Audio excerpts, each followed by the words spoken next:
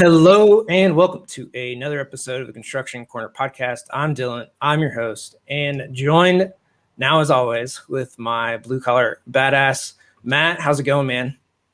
It's going fantastic, Dylan. Another fun Friday, dealing with unexpected hiccups on a construction site, but the work day is almost done, so it's good to be here. Yeah, we were talking before we went live here on, your poor planning does not constitute an emergency on my part, which in construction, as much as we'd love to use that line, can't always be used because the show must go on. Way easier said than done sometimes. Especially when you got people yelling at you, all that kind of good stuff. And guys, today, so if you're live, you see her, Mari Madrigal is our lovely guest today. And Mari founded Foremost Improvements in 2018, focusing on commercial and residential construction. And Mari came from a sales and customer service background, which enabled her to see this market, construction, right, from a customer's perspective, and really just saw the need for quality materials and service, which you guys have been following along with us for a long time, right? Quality service, communication, all those things that we talk about here all the time. So Mari, welcome to the show. We're so glad to have you. Thank you, Dylan and Matt, for having me. It's a nice day out here. Get to keep the window open a little, so it's a nice day to be doing this. Windows open, aren't you in Chicago? Yes. And it's bipolar weather here. It's a little strange. It was ice on my truck this morning, and then this afternoon I'm like sweating. So you just don't know what to wear when you leave your house in the morning.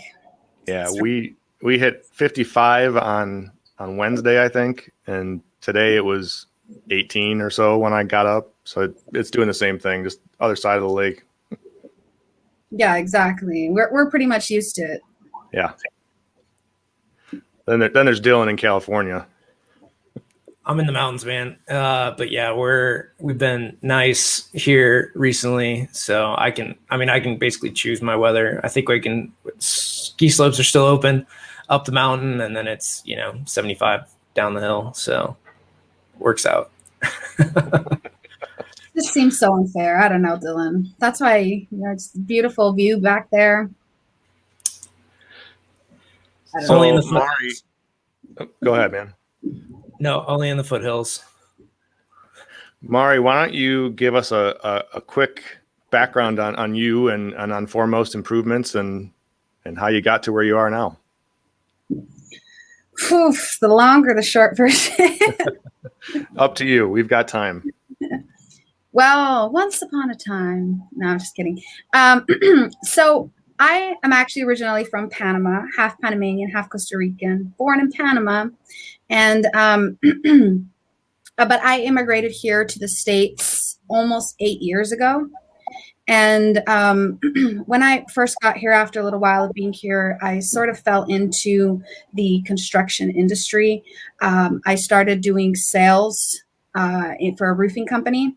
And in all honesty, I had no experience. I didn't know. I've always been really good at sales, but I honestly had no clue about any of the construction here. I mean, it's embarrassing to say because we do roofing, siding, gutters, and now looking into doing other stuff as well. But I didn't even know what siding was, like, for real. I mean, construction is completely different here than it is in other countries, especially Latin America. So, but for example, for me, I'm the kind of person that I just don't believe in half-assing anything that I do. And I felt very awkward not being able to really explain things properly to my clients, right? So they would, ask me sometimes about, hey, is this right? Is this done right? Is this, does this need to be repaired? And because I didn't really know, so I figured instead of just kind of winging it, why don't I learn? So I actually started hanging out with all the crews whenever it was one of my jobs. I would actually take them coffee and donuts And no joke, I'm a fluent Spanish speaker, and majority of the workers are Spanish speakers. So I would just go there and I would hang out with them. I would bombard them with questions, and literally I would just interrogate them. And I'm like, here, coffee, what is this? And I would seriously just hang out with them. And I think that they thought it was cool that I wanted to learn. And because I was genuinely curious, it was a whole new world to me. I didn't really know what it was.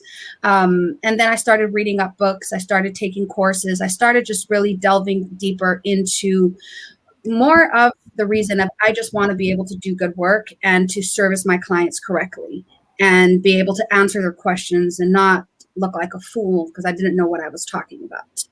And that just really got me into getting very interested in construction and that aspect of it. And then I started learning a lot more. It helped me incredibly with my sales. I kicked ass. I did really well in that industry. And then, I've always wanted to just learn more. So a friend, he was going to start his company too. And I went and I helped him start his company. I was doing like the production, just managing all the production, like the project manager. I was running all the crews. I was doing all the POs, all the paying out all the subs, closing out the bills, and I was still selling. So it was cool because it gave me that other side of the construction, of more the admin side, right? And and then in 2018, I decided, I want to start my own company. I was really scared. It was probably one of the freakiest decisions I've ever made. But the main reason I took this leap of faith was because although my friend does awesome work, right? But I am just super picky, like unbelievably picky about how things are done. And I wanted to be able to control quality and just to be able to make sure that things were done exactly the way that I envisioned it. Like if I'm telling my client this, I want it to be done this way. And I always want to do things to a much higher standard, right? So that is the long story of that. And ever since then, I've just been slowly growing this. I'm very happy. All of our clients are referrals. And yep, that's pretty much how I got started. I got a little long-winded there. No, not at all. But there's a lot to unpack there. You touched on communication right off the gate, which is something that we talk about a lot on this show, and how important it is, and how going out and doing what you did, bringing coffee and donuts or bringing lunch or whatever it may be, is the quickest way to win over the old crusty guy in the site that has been doing this for his entire life and has this just wealth of knowledge up top. So I applaud you for taking that initiative because that's how you learn. There's a lot of stuff in the trades, a lot of aspects of the trades that you can't go to school for necessarily. You can't really get it out of a book. You have to kind of be on the rooftop in your case and really dig into what's going on. So it's a great way to approach it, I think. Thanks. One of the other pieces that I want to go back a little bit on is you mentioned construction being different in other countries. As some of us are well traveled, I've been to the majority of states in the U.S. I think I'm missing like 5. Been to Mexico, been overseas in Southeast Asia, and there's a drastic difference in what types of buildings you can put up in like Thailand, Laos versus anything here in any state. But you mentioned in Panama, even what's the big differences that you see in construction types elsewhere in the world versus what we put up in the U.S. I mean, for right off the bat, for example, roofing, right, is so different. You don't see pitched roofs. I mean, that just doesn't exist. With shingles like that, you just don't see that. At least, Panama, Costa Rica, and then I grew up in Mexico, actually, the majority of my life in Central America. So at least from that aspect of Latin America, I mean, most of the roofs are flat. I mean, and the buildings are concrete, and it's just a completely different, they don't have that they have beautiful, beautiful structures, but I think here things are made to be more like to be quicker. And so example, like I said, just everything being built from wood, like, you know, the interior of the houses, like the walls and the framing. I mean, that's not very common over there. And like I said, the biggest difference for me was the exterior, which is what we focus on the most right now. And roofs. I mean, the first time I ever got on a pitched roof, I mean, that was a 412. And if you know roofing, I don't know if you know. So you know that that's nothing. It's basically flat. And maybe one day I'll get the guts to share this photo. It is so pitiful. I'm not kidding. I got off the ladder and I just was shaking. I just fell there on the roof. And the guy that was training me, he just snapped a photo because he's like, one day you're going to look back at this and laugh. And I do. And it was crazy. I was like, what? There's a roof with a pitch? I mean, how can I get on this? Because don't get me wrong, when I was a kid and I was, you know, get up on the roofs, but it was flat and, you know, naughty ages, you know, when you're a teenager, rebellious. But this was totally different, completely out of my comfort zone. And it's just, but for me, it was fascinating. It was, yeah, it's a challenge and it's different, but wow. I mean, I was like a little kid, you know, just seeing things for the first time and like, wow, oh my God. I know maybe to you guys, you think she's exaggerating, but for real, I mean, I seriously remember the first day I asked and I was like, what is sight? And they all just looked at me like, what do you mean? Like, yeah, what is sighting you talk about? So just different things like that, right? And of course, there's a lot more order for a lot of things here too. The rules and regulations is a much higher standard. But again, so that's why I wanted to really get to know that, because again, if I'm going to do this and if I'm going to do it right, I want to really understand what are the biggest differences here. So yeah, that's probably one of the most noticeable, the roofs are just crazy. Yeah, and traveling, I've noticed that too, you know, and basically anywhere else in the world, a ton of concrete structures, but you always have rock, right? Rock is always available. Water is always available to make concrete, where trees, right, or steel or anything else is not typically like readily available. You know, in the US and with our like railroad system, getting trees from, you know, the Oregon and Washington coast or Wisconsin to the rest of the country is pretty easy. So definitely something for people that haven't traveled, right? This is not something you notice. Like you don't think about it. Like you go to basically most other countries that I've been to, it's all concrete, right? Like concrete's an easy thing. It's readily available. The plant setups for it, you know, like heck, for roads, right? They put asphalt and concrete plants in the middle of a highway to create that stuff. So it's again, it's small footprint, easy to get in and out, and you know, all the raw materials to build with are again, like when you start thinking logistics, right? It's a pretty simple on-site thing where trees and steel often isn't. Oh, so different. Like you mentioned about roads. I mean, just the roads here are ginormous. Seriously.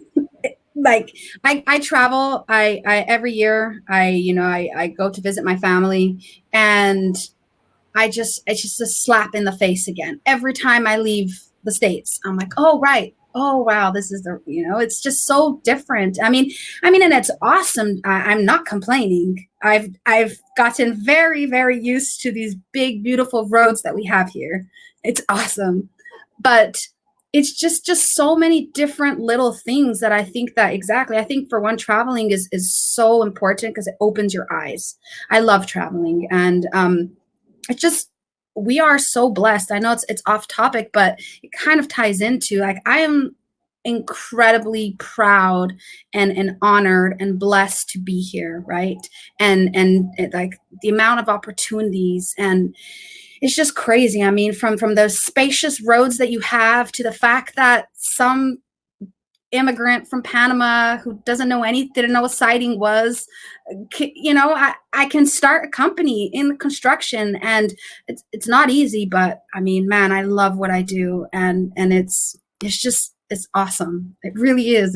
It's fun. It's scary. It's freaky, but I don't think I could ever go back to doing something else. That's the beauty of construction, right? It's always scary and freaky. I've been in construction for 2 decades or more than 2 decades now, and it's still scary as hell on a regular basis. You know, and I still come across things that I've never seen before, or, you know, I get tasked with building a type of building or a style of finish that I've never even heard of, and it's freaky from a lot of standpoints, you know. But it's a powerful story you have. And so what attracted you to roofing specifically? And I'm going to follow up real quick too with, are you doing mainly residential or commercial also, or both, or one or the other? So both. Of course, that's, like I said, all of our clients are residential. I mean, our referrals. I'm very, very blessed. And we have been, in this last year and a half, we've been getting more into commercial, more specifically commercial roofing. And I am actually really, really fascinated by commercial roofing because it is so different. Of course, no two houses are exactly the same, but yeah, they kind of are. You know, I mean, metal roofs, cool, the same deck, and, you know, it's a shingle, and, you know, you can put on Da Vinci or a different type of product, but flat roofs or low slopes, I mean, they're all different. Even the ones that are the same are so different from what you see underneath it, and I am just fascinated every time I get up on a roof, on a flat roof. And it's crazy the things that you can find, from the shoddy work someone else did to the amazing work that someone did. And I am just, because for me, I think I'm still like a little kid in that sense. And I'm like, wow, oh my gosh. And every time I get up on the roof, I learn something new. I mean, it's just, to me, it's so interesting. And I'm getting more interested in different aspects of construction.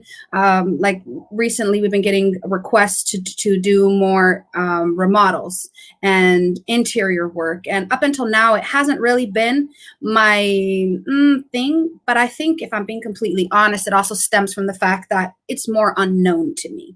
Right. And the exterior world is really how I got into this. And so I think that will always be a little bit my true love, and what I'm more interested in. But yeah, I mean, commercial roofing, seriously, in my free time, I will watch videos, I will learn, I will ask questions, I'll hang out with the foreman and the crew, and I'll still bug them. But this time now, I can afford to buy them a little more lunch. And but yeah, I mean, I just think in general, construction is really interesting. Don't ask me why. I just sort of fell in love with it. Everybody's surprised when they find out what I do. They're like, wait, what? But why? Well, why not? That's a great way to look at it. And, you're kind of going down that natural attrition, right? Of you've mastered the shell, right? The exterior, the facade, the roof, and now you're kind of traveling inside the buildings a little bit also. And, you're pushing the boundaries and staying outside of your comfort zone, which is huge. That's how you grow in this industry. Very apprehensively, because I've talked with you, and you've coached me through a couple things of, I'm like, man, but I'm scared. I mean, the whole thing, I think if you're not a little bit scared, then you get too comfortable. And even with, I'm very good with roofs, and I know a good amount, but there's still so much that I don't know. And I want to know, because I want to ultimately better service my clients.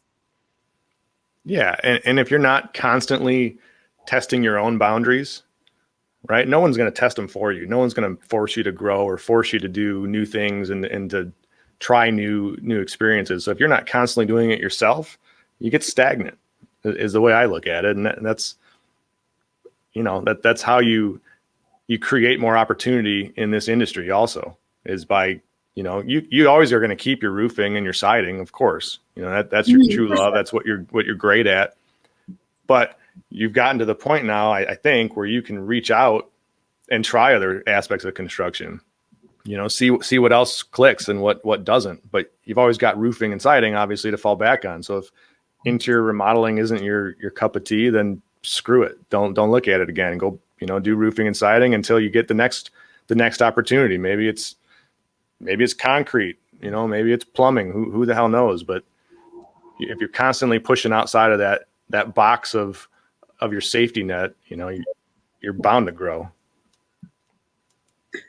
For sure. I mean, and again, it's just one day at a time and learning what the opportunities. And I've in the past I've turned down opportunities that now in hindsight I see maybe those would have been very good. But I'm honestly at that point where I'm learning that balance. And I think you and I have touched on that before of where do you say yes to a really good opportunity, and where do you also know what your limits are? Because more than anything, I am just a diehard for being honest in this work. I mean, I will not lie to my clients. The biggest jobs I've closed have been with my clients told me that that I told them the truth, even though they didn't want to hear it. And then that made them want to go with me. And it's not because, I think it sounds good. It's just genuinely, why would I lie to you? Why would I tell you something just to get your job? It doesn't make any sense to me. I'm here for the long run. I'm not doing this because I got bored and one day I just decided, let's do roofing and construction. No, I think that there is a need for doing good work.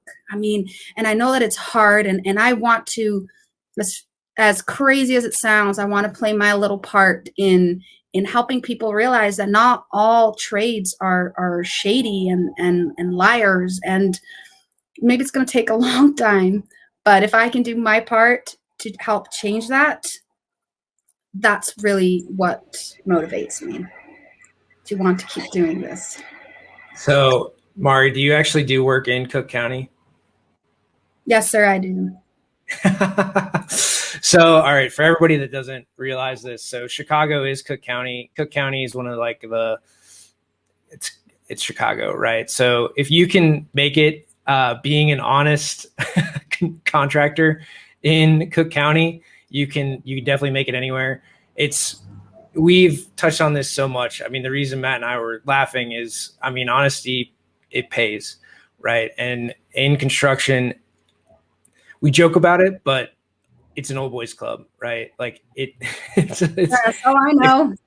If you're in, but if you're in, you're in. It doesn't matter, like your background, none of that, right? Can you show up, which is the big one, right? And you get that first shot? Can you get that first opportunity to get in the door with somebody? Mm-hmm. If you can, you do a good job, exactly what you said, be honest, right? Can you deliver? Yes or no? Mm-hmm. Pricing, everything else, right? Like, can you be honest, do a good job, show up when you say you're going to?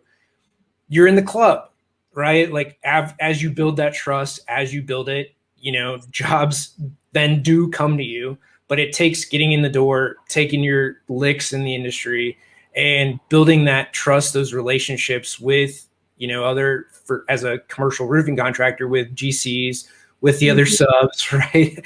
And to build those relationships over time just strengthens those bonds. People don't like it. They don't understand it coming from the outside. But for everything that you've done, right? Build rapport with people on the job sites, build rapport with crews, build rapport with GCs, bringing people coffee and donuts, right? Food works, people. Like food for sure works. Like all this stuff is you're doing the right things. And honestly, like looking back, coming here, right, immigrating 8 years ago, and to forward 6 years to have your own company, to now be running it for 3, like that's awesome.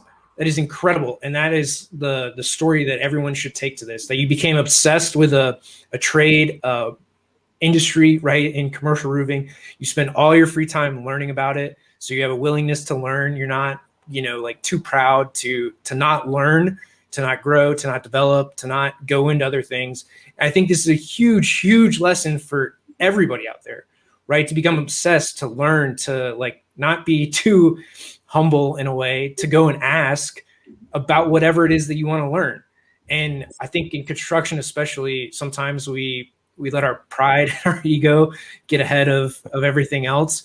And I mean, these are such big lessons for anybody out there, right? That you took the initiative, you learned, and you just developed these relationships where, as you said, like a lot of your business is coming from referrals. Like, we don't want to do this, but they asked, so we're like, okay. It's huge. I mean, congratulations for you. And to continue doing this is, I mean, we talk about it all the time, but again, you're just another great example of how anybody can make it in this industry if they choose to.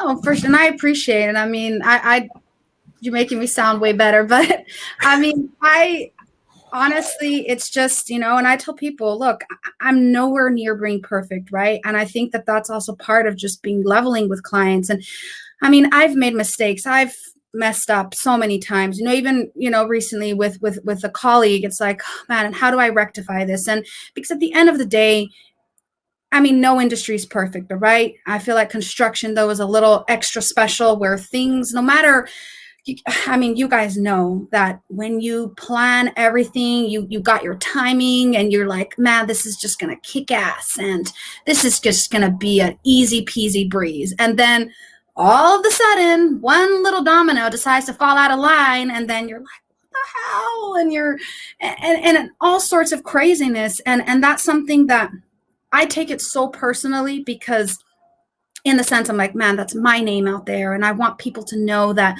But one thing I'm learning, and I'm really having to learn to kind of take a chill pill, is look, as long as you're there for clients and you own up to your mistakes and you rectify the situation.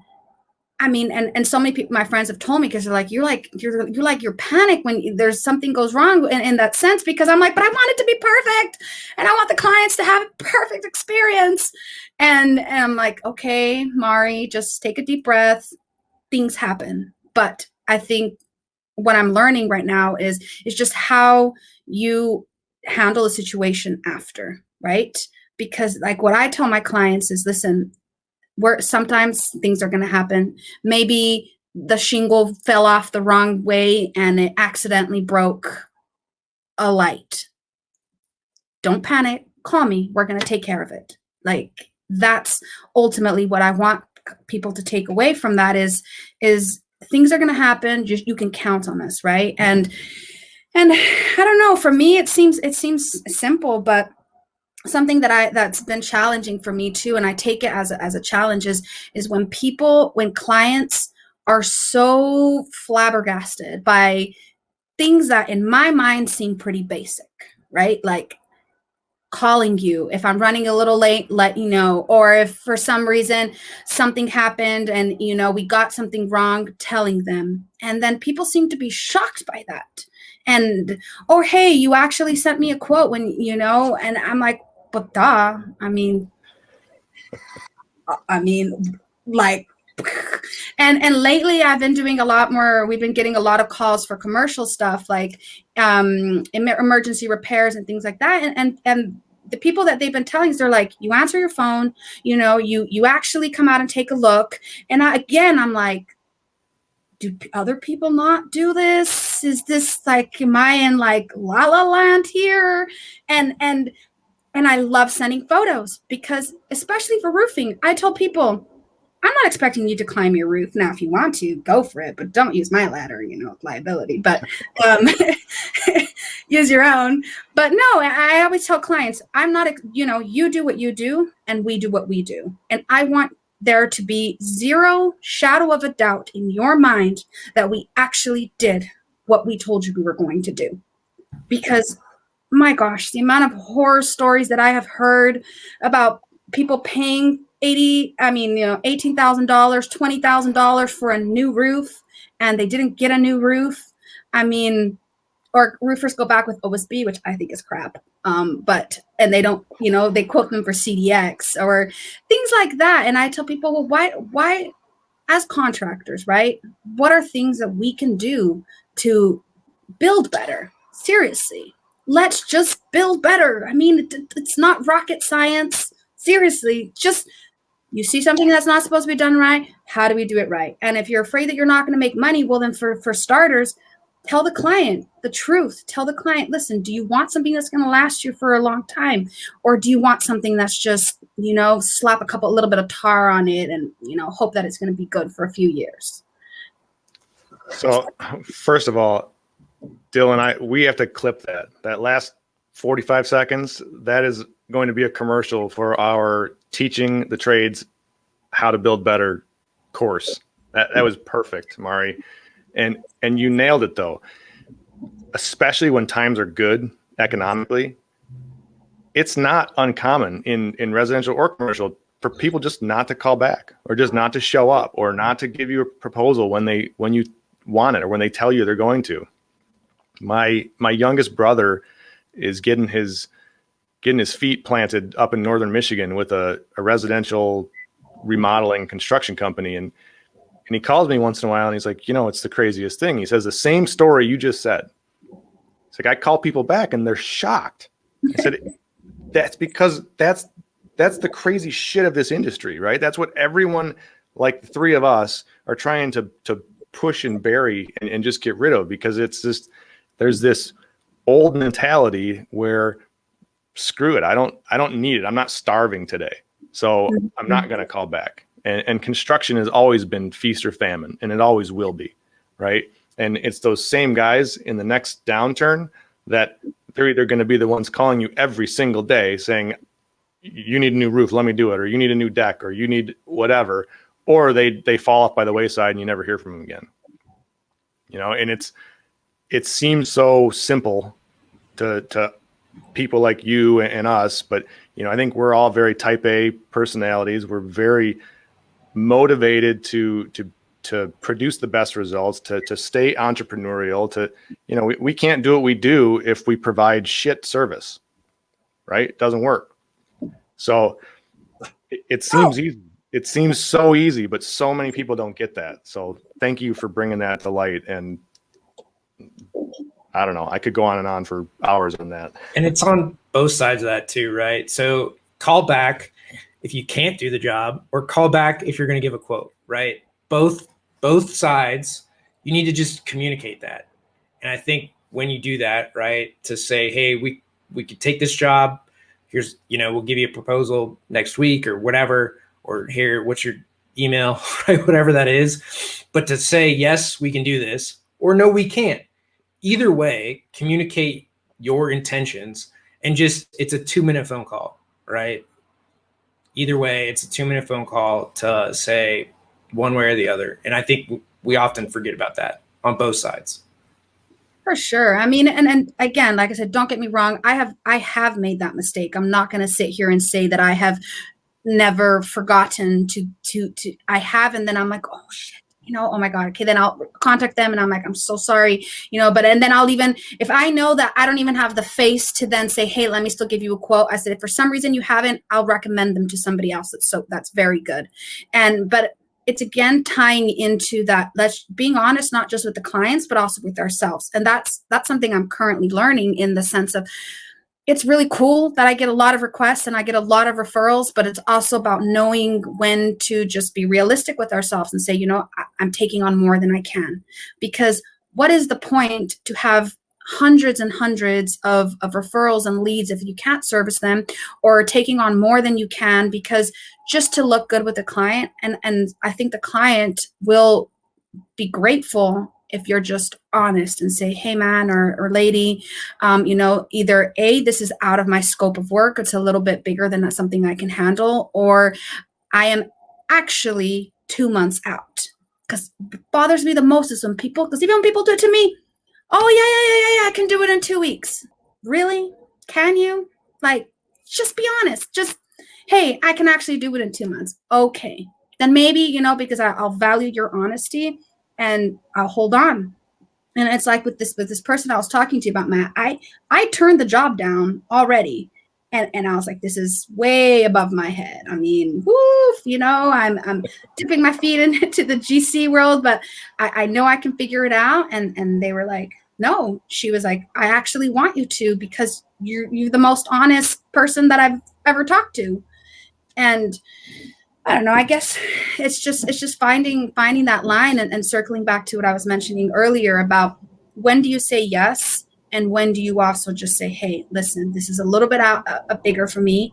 And I think that it's a valid point to be able to just be honest with the person and say, hey, maybe this is something that I am looking to grow into, but I haven't done all of these yet, because the truth will find you out, for real. Like it's going to come out one way or the other. And the worst way that it can come out is if you mess up so hardcore on a job because you didn't know what you were doing. And then the thing is that then you're stuck in this lie, and you can't be honest with the client and say, hey, maybe some clients don't want to hear that this is your first type of project like this, but some will actually be okay with you. I mean, I remember this client, and I'm always, she's going to have a special place in my heart. I mean, I remember I told her about it. Her neighbor had referred me, and I was still with the other client.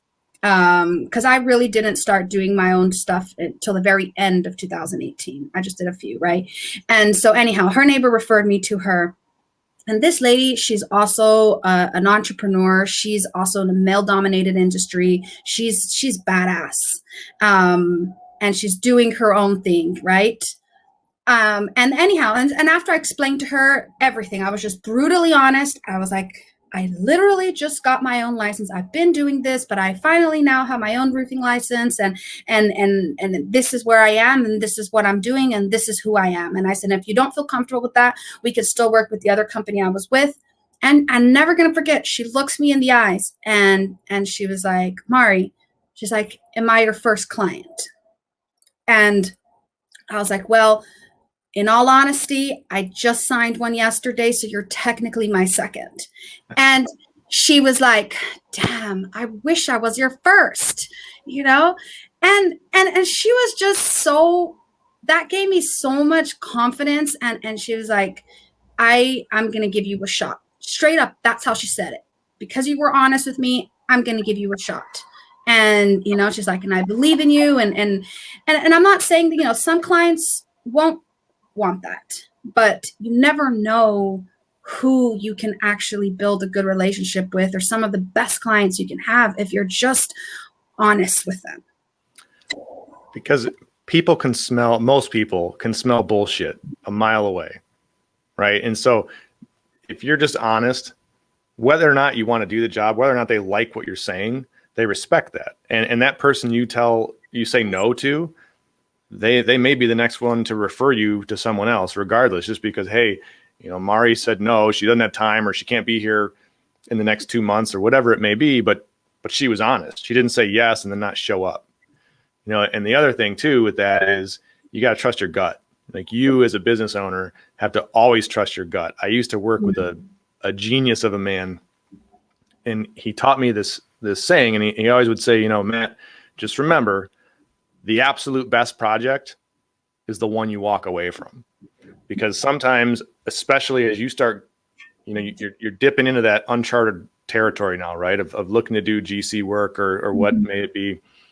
Sometimes things just don't feel right. And the worst thing you can do is always be a yes man or a yes woman. Yeah, we can do that. Of course we can. And in the back of your head, you're full of shit. Mm-hmm.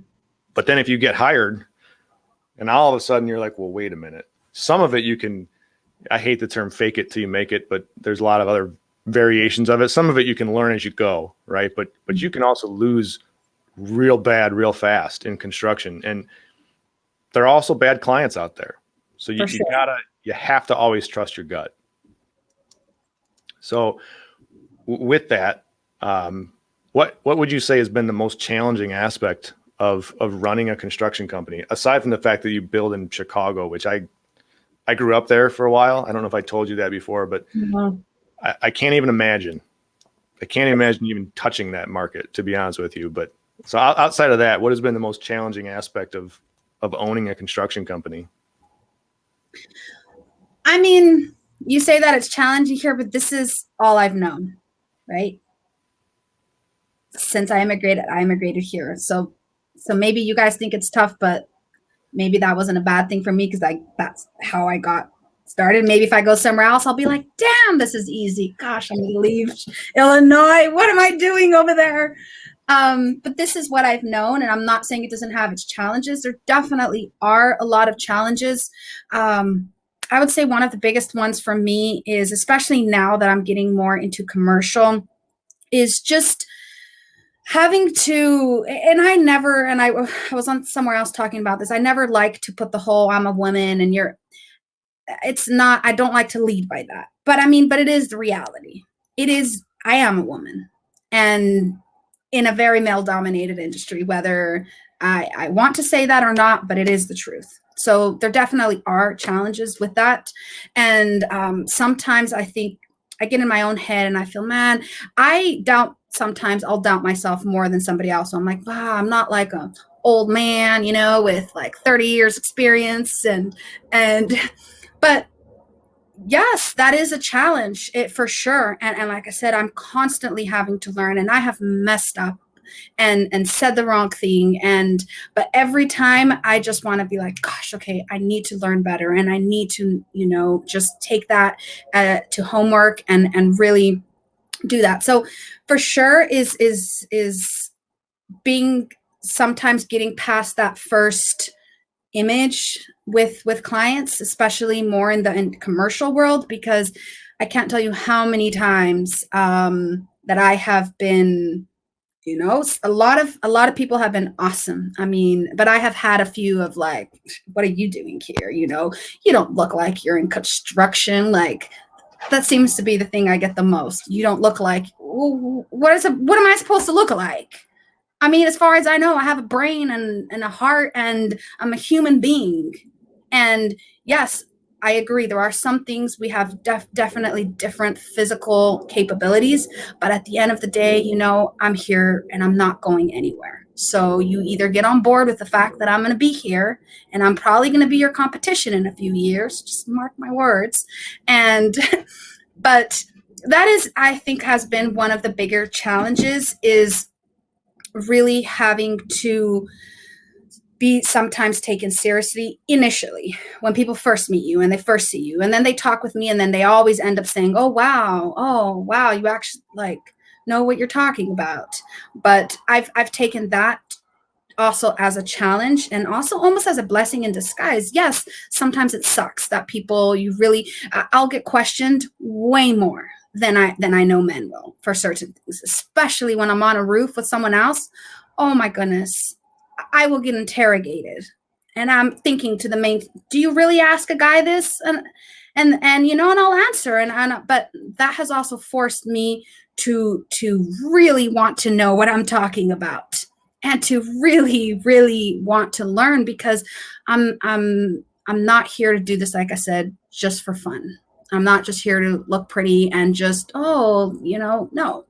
I want to be involved. I like getting up on roofs. I like that. And for sure. And I think with any small business is at the beginning stages, right? Because I consider 2019 my first actual full year, 2020 my second full year, and now going into the third one.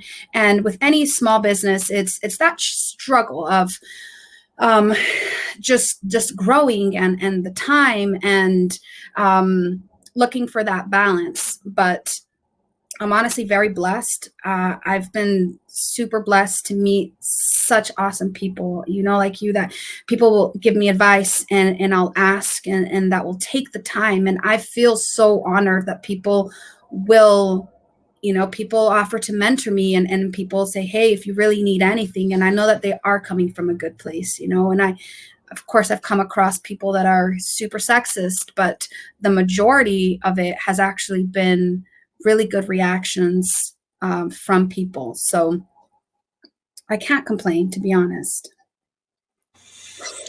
Which is awesome. We, taking that adversity in part to make yourself better, right? That's a great attribute. Before we maybe have a few closing questions here, Mari, where can everybody find you? So on LinkedIn, it's Mary, spelt Mary, but it's said in Spanish, so they're the confusion, but it's Mari. If you can't roll your R's, then it's Mari. Sorry. I know, I give you guys a break. I make it easy. So LinkedIn, Mari H. Madrigal, website, foremostimprovements.com. That's pretty simple enough. And we're going to actually be expanding and going by Foremost Solutions, just to be a little bit more encompassing of what it is that we do and to have different divisions for the different departments. So be on the lookout for that. But for now, definitely, I'm also on Instagram under the same name. And I'm getting better with posting, but for now, LinkedIn would probably be the best way. Awesome. So I do have one last question for you, and I try to ask this of almost everybody that comes on the show. There are probably a million issues striking our industry, our collective industry of construction these days. But what would you see is the biggest issue facing construction in general, and how the hell do we fix it? Oof, quality labor. I mean, seriously, quality labor, and back with the whole thing about being honest about any type of trade, just having that clear communication with clients, and honestly, more recently, man, material shortages it's unreal. Lumber is a skyrocketed pricing, and I think it's gonna I think, again, I harp on this, but I think being honest is gonna be more imperative than any other time, because we have to be realistic now with our clients. Some things are out of our control, with all these shortages. I know you guys know COVID and everything. Things were shut down, and then there's just shortages left and right about things. And I think that being proactive right now is going to be extremely important, and being able to really relay that to our clients, and giving them a realistic expectation of what's happening, what are the deadlines, because if not, I can seriously foresee at the end of the year a lot of contractors losing jobs because they promised something, and even though the material shortages are out of our control, I think that if we really build that good relationship with our clients, they will stick around for us. So. Yeah, I would agree with you 100%. It's to say it's crazy right now in construction is an absolute understatement. You know, a year ago, or let me rephrase, 2 years ago, I could hold pricing for 45 days, 60 days, and it wouldn't really scare me. Today, if I get longer than 10 days out of some of my guys, I'm lucky. You know, and we don't deal a whole lot with lumber anymore, but everything else is just doing the same thing. Steel, PVC, copper, everything. And it's got to level off, or else it's just gonna implode at some point. But right now we're definitely all in the thick of it. And no, see what happens. The market is so volatile right now. It's scary, to be honest. I would agree. But all the more reason to build good relationships, build better. There you go. Build better. Awesome, guys. Well, I'll leave. I've got a lot to say on the lumber stuff, but that'll be a different tirade on material shortages and stuff. So you'll maybe hear that from me in a different context. But Mari, thank you so much for coming on the show. We really appreciate having you and really hearing your story on how basically anybody can come here, learn, grow, build a company, build business, and really do excellent, right? But it's a commitment to excellence. It's a commitment to being great, to learning, to improving, to growing, to communicating well, right? Everything that we say on this show all the time on, really just being great. So guys, go give Mari a follow on Insta, here on LinkedIn, whatever your preferred platform is to follow her, cheer her on in her journey, and see where she goes. So Mari, thank you so much for coming on. We've really enjoyed having you. Thank you guys so much. This is much newer to me, but I'm really happy to be here and honored that you guys invited me. And, I just wanted to touch on that really quick, what you're saying about don't get the wrong idea, though. It's a lot of hard work, but honestly, as corny as it sounds, this is the land of opportunity. I mean, it's incredible. I didn't start with any outside funding, no partners, no loans, no investments, really just with my savings. And I mean, I have such a long way to go still, but seriously, to anybody else listening, if you just work your ass off, but at the same time, just really try to do good work. I don't think it's impossible to build something that you're incredibly proud of. Well, because of that, I mean, you embody everything that's good in our industry. So people should certainly look up to you, and thank you for coming on, and I wish you the best, and stay in touch. All right. Absolutely. Thank you guys so much. All right, guys. Until next time.